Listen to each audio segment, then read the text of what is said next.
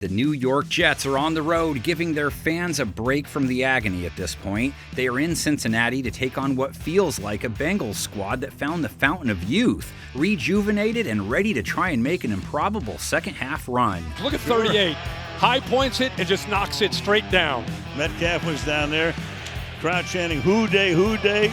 Well, it's the second time we've seen Flacco do this on a Thursday night. He did it in Cleveland a couple of years ago. Look, not sure what everyone is so surprised about. Cincinnati's recipe, always supposed to be give up a bunch of points on defense, counter it with a giant spoonful of Jamar, a scoop of tea, washed down with a cup of Joe.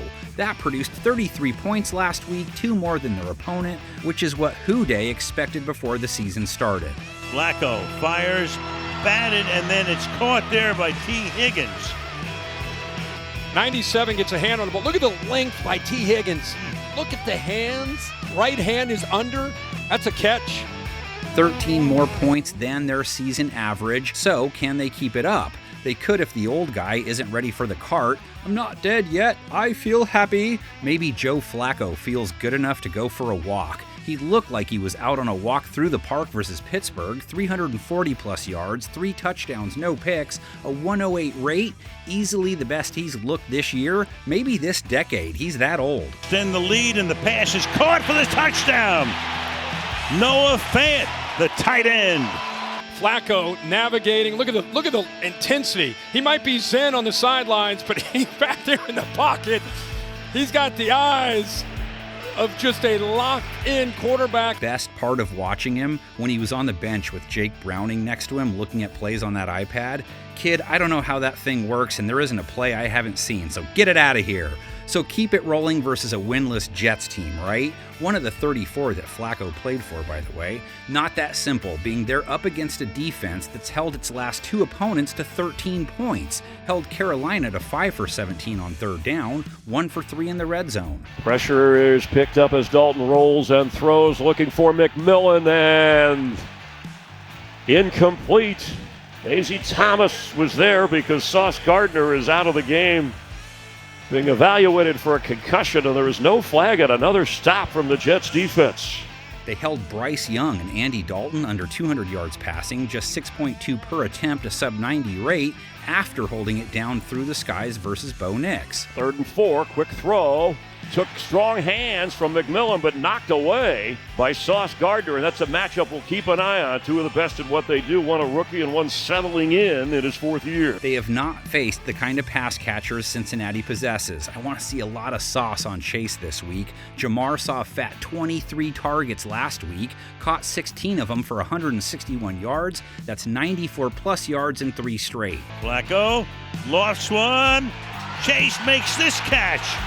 This is a matchup everybody wants to see. Jalen Ramsey against Jamar Chase. Condensed in tight to give him more room to work with.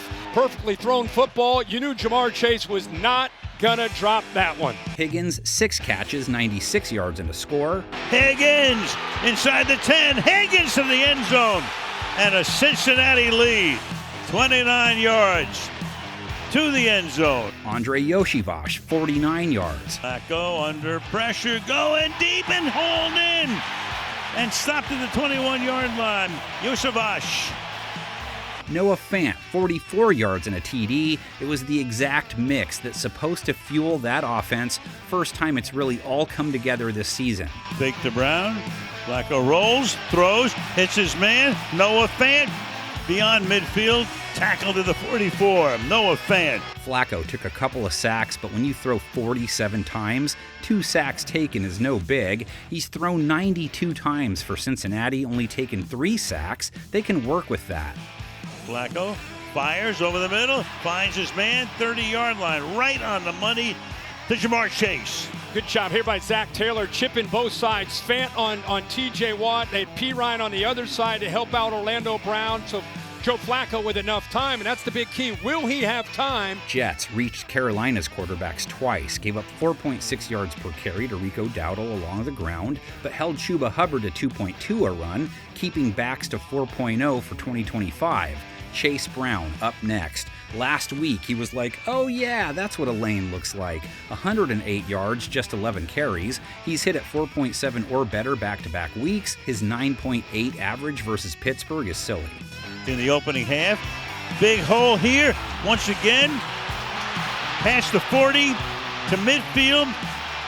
And this running game, which was non-existent, is on fire tonight. Chase Brown, this time for 37 yards. He's already run for 74. Now for the Something's Got to Give chapter of the preview. Bengals defense hits Week 8 looking very much like the Bengals defense we've become accustomed to seeing. 31 points allowed, lots of big chunk plays given up, 7 for 10 on third down, 3 for 4 in the red zone. Fit their Homer Simpson body of work. They're giving up 30 a game on the year. Look at this ball, very close to the connection for the touchdown. Taking on an offense that's gone on strike apparently. What do you guys need? Better snacks in the break room? No touchdowns in the last 8 straight quarters of play. 2 field goals last week after a 3 field goal showing the week before. And he got it. Something positive on that Jets sideline.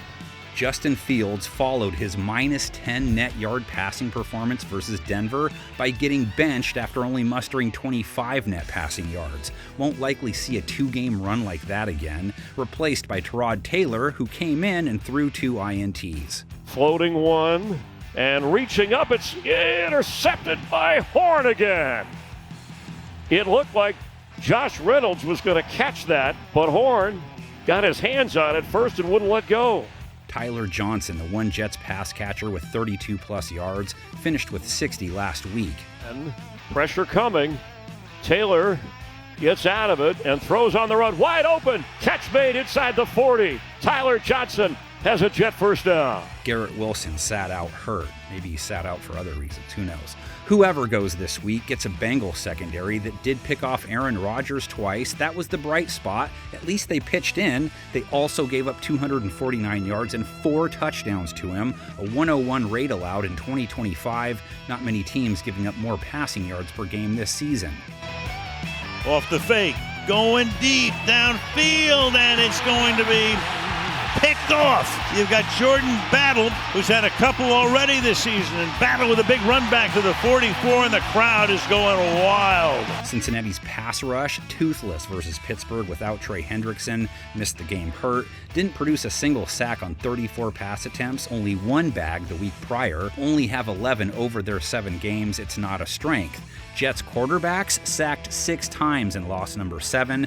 Fields took 9 the week before, 5 the week before that. He can't get out of it, and it's another sack for Carolina, and that's the 4th of the game for the Panthers. Jets ground game, not hot either. Breece Hall enters off a 38-yard game, 3.5 a run, but maybe he gets it going versus a Cincinnati run defense that gave up 147 yards to a Pittsburgh rush attack that had not looked great prior. 7.4 yards per carry allowed, now giving up 4.7 a run to ball carriers overall. He gets the football and he's tackled right away, and Fields remains the quarterback, and these fans are just not going to like that. Bengals have beat the Jets 4 of the last 5 times they've met. New York had won 9 of the previous 10, though.